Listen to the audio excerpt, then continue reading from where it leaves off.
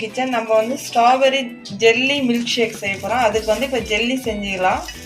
அதுக்கு வந்து பார்த்திங்கன்னா நான் வந்து அகர் எடுத்துருக்குறேன். அதில் கொஞ்சம் சின்ன சின்னதாக கட் பண்ணி போட்டுக்கலாம். இது வந்து 1 கிளாஸ் வந்து பச்சை தண்ணி எடுத்துருக்குறேன்.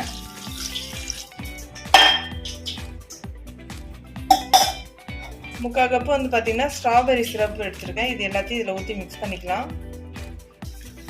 நல்லா அந்த அகர்லாம் நல்லா கரைஞ்சிடுச்சு, நல்லா கொதிச்சு வந்துச்சு. இப்போ வந்து நம்ம இதை வந்து வடிகட்டி ஒரு தட்டில் வந்து மாற்றிக்கலாம்.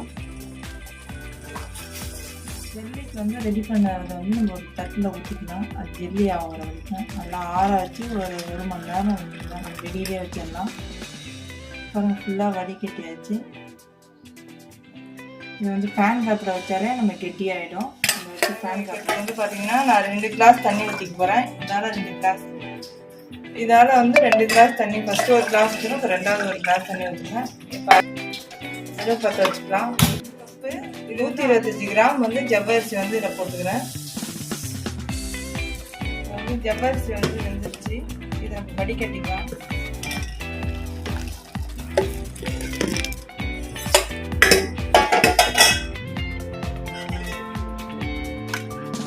இதில் வந்து கொஞ்சம் பஞ்சு தண்ணி ஊற்றிக்கலாம். அப்போ தான் வந்து ஒன்றோட ஒன்று ஒட்டாது, நல்லா இருக்கும்.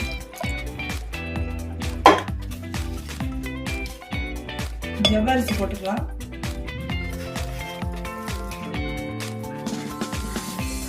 நம்ம வந்து கட் பண்ணி வச்சுருக்க வந்து அந்த ஜெல்லியை போட்டுக்கலாம்.